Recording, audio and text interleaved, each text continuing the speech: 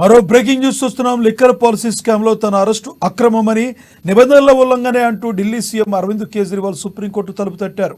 తనను వెంటనే విడుదల చేయాలంటూ ఆదేశాలు ఇవ్వాలని పిటిషన్ దాఖలు చేశారు.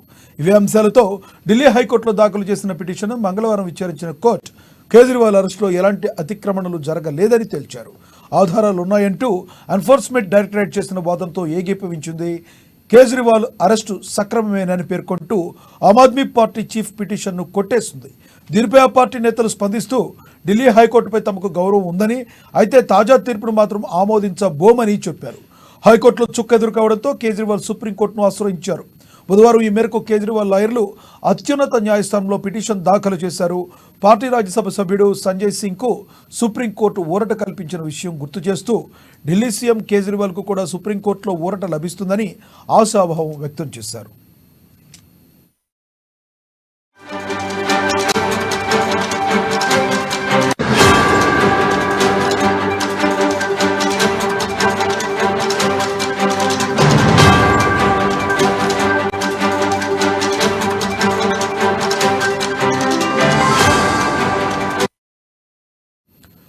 లిక్కర్ పాలసీ స్కామ్లో తన అరెస్టు అక్రమమని, నిబంధనల ఉల్లంఘనే అంటూ ఢిల్లీ సీఎం అరవింద్ కేజ్రీవాల్ సుప్రీంకోర్టు తలుపు తట్టారు.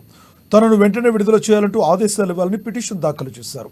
ఇవే అంశాలతో ఢిల్లీ హైకోర్టులో దాఖలు చేసిన పిటిషన్ను మంగళవారం విచారించిన కోర్టు కేజ్రీవాల్ అరెస్టులో ఎలాంటి అతిక్రమణలు జరగలేదని తేల్చింది.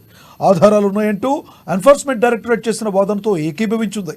కేజ్రీవాల్ అరెస్టు సక్రమమేనని పేర్కొంటూ ఆమ్ ఆద్మీ పార్టీ చీఫ్ పిటిషన్ను కొట్టేసింది. దీనిపై ఆ పార్టీ నేతలు స్పందిస్తూ ఢిల్లీ హైకోర్టుపై తమకు గౌరవం ఉందని, అయితే తాజా తీర్పును మాత్రం ఆమోదించబోమని చెప్పారు. హైకోర్టులో చుక్కెదురు కావడంతో కేజ్రీవాల్ సుప్రీంకోర్టును ఆశ్రయించారు. బుధవారం ఈ మేరకు కేజ్రీవాల్ లాయర్లు అత్యున్నత న్యాయస్థానంలో పిటిషన్ దాఖలు చేశారు. పార్టీ రాజ్యసభ సభ్యుడు సంజయ్ సింగ్కు సుప్రీంకోర్టు ఊరట కల్పించిన విషయం గుర్తు చేస్తూ ఢిల్లీ సీఎం కేజ్రీవాల్కు కూడా సుప్రీంకోర్టులో ఊరట లభిస్తుందని ఆశాభావం వ్యక్తం చేశారు.